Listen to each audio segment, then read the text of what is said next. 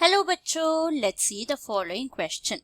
Question है, explain how the murky waters of Lake Victoria may be contributing to the decline in cichlid species. How might these polluted waters affect the formation of new species? इस question का की concept है हमारा speciation के बारे में। Speciation एक process होता है जो कंटिन्यूसली हमारा नेचर में देख सकते हैं।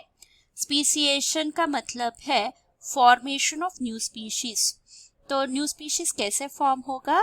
जो प्री एग्जिस्टिंग स्पीशीज होते हैं उन पे नेचुरल सिलेक्शन का प्रेशर अप्लाई होता है और स्पीसिएशन बन जाता है। तो अगर हम इस एग्जाम्पल को देखें, यानी लेक विक्टोरिया में क्या हो रहा है? पोल्यूशन हो रहा है। तो अगर हम वाटर में पोल्यूटेंट्स का अमाउंट ज्यादा डाल दिया तो क्या होगा? तो वाटर का क्वालिटी रेड्यूस हो जाएगा। ये पोल्यूटेंट्स अभी क्या किया? हमारा जो वाटर सोर्स हुए है इसको टर्बिड बना दिया। तो टर्बिड वाटर्स में विजिबिलिटी क्या होता है?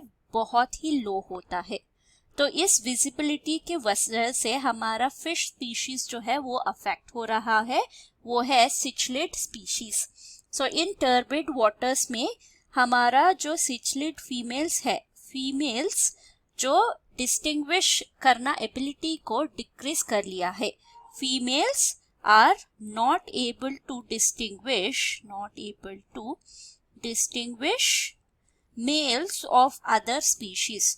जो इनको पता नहीं चल रहा है मेल अपने स्पीशीज का है या फिर दूसरे स्पीशीज का है, ऑफ देयर ओन स्पीशीज और दूसरे स्पीशीज में डिस्टिंग्विश नहीं कर रहे हैं। तो इसकी वजह से क्या होगा? फॉलोइंग ईयर्स में हाइब्रिड्स का नंबर जो है वो इंक्रीज हो रहा है। Hybrid fishes number is increasing.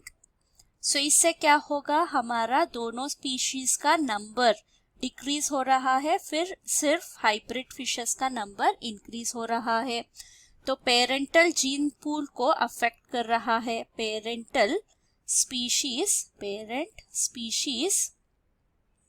Gene pool fuses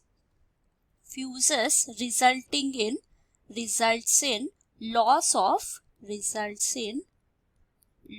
of two different species का लॉस हो रहा है, पर जो न्यू हाइब्रिड स्पीशीज के हैं उनका फ्यूचर भी हमें पता नहीं है।